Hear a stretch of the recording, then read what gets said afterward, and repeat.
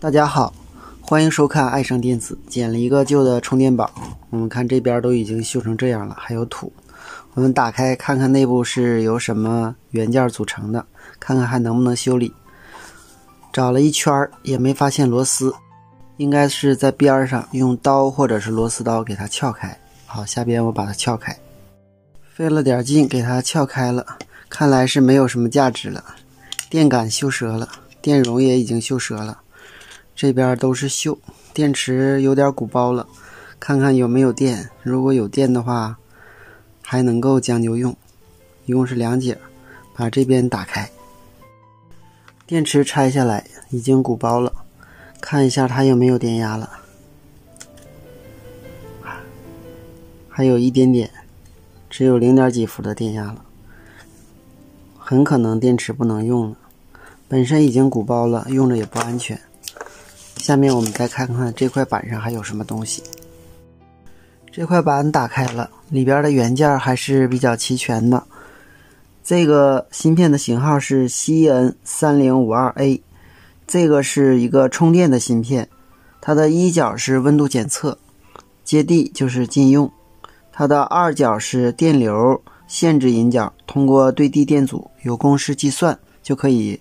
算出它的充电电流是多大。三角是接地，四角是正电源输入端，也就是充电电源输入端，五角是充电电池正端连接端，六角是指示灯连接端，是接这个指示灯的，七角也是接一个指示灯，一个是充满指示灯，一个是充电指示灯，八角是使能端，也就是片选端，它接高电位的时候正常工作，它接低电位的时候芯片禁止工作，这里它直接接了高电位，这样呢它就直接就能使用了。这个位置有个3极管是驱动 LED 灯的，这个位置还有2个芯片，一个呢就像 DW01， 它的型号是 2002Y， 还有一个是长管，它属于电池保护芯片。我们刚才看了有2节电池已经锈得不行了，当电池过充或者是过放的时候，这个2002检测到以后，驱动这个长管截止，这个长管内部是2个长管，所以能够控制过充或者是过放。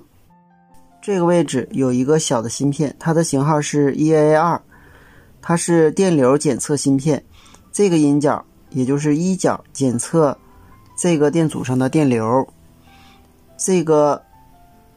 4角进行输出，通过这个2极管，然后通过限流电阻控制这个芯片的使能角，当过流的时候这个芯片停止工作，当正常的时候这个芯片开始工作，驱动这个长管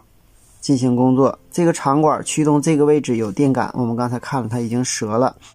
驱动这个电感和这个序流2极管配合工作以后，通过这个 USB 接口输出电压给电池充电。这个位置还有一个复位的按键，这端是接地的，这端应该是接到电容上的。总之它是一个开机的按键，现在由于锈得太厉害也无从考证了。好，今天咱们就到这里，谢谢大家，再见。